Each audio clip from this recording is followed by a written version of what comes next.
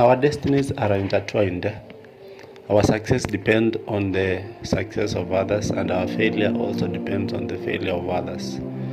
No man is an island. We cannot succeed alone. We can either fail with others or succeed with others. There is a story of a farmer who used to share the best seeds with his neighbors, and for him he just planted the normal seeds.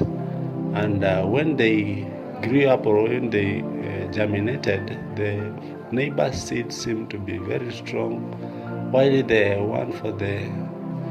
one who had supplied the seeds, they were just looking weak.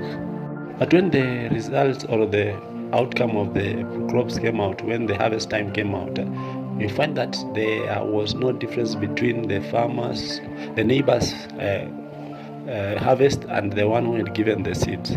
They had the same harvest, the same quality, the same amount of harvest.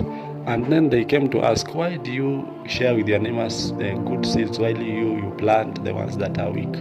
And he came to explain to them that he realized over time he used to plant better seeds than his neighbors. But over time, during tasseling, the pollen grains from the neighbors' farms, which were weak, transferred the weak DNA or the weak pollen grains to his farm, and eventually he ended up getting lower yield or poor harvest. So he decided that from now henceforth, I'm going to look at the well-being of my neighbors. I'll make sure that my neighbors around are having the best seeds, so that when it comes to time where the maize tassel, they will transfer the good and quality pollen grains to my farm, and I'll end up to have the best and quality seeds or harvest.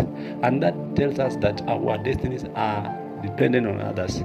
For him, if he could continue planting good seeds while the neighbors are not having good seeds, we will have eventually ended up with poor harvest. And that is it. Sometimes we may think that, because someone is going through a hardship, it does not affect me, as long as I'm just okay. Remember that it will go around, and then at one point or the other, it will pin you down.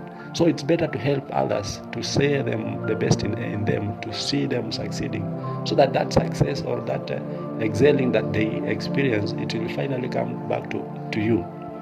Remember that a man sows what he reaps.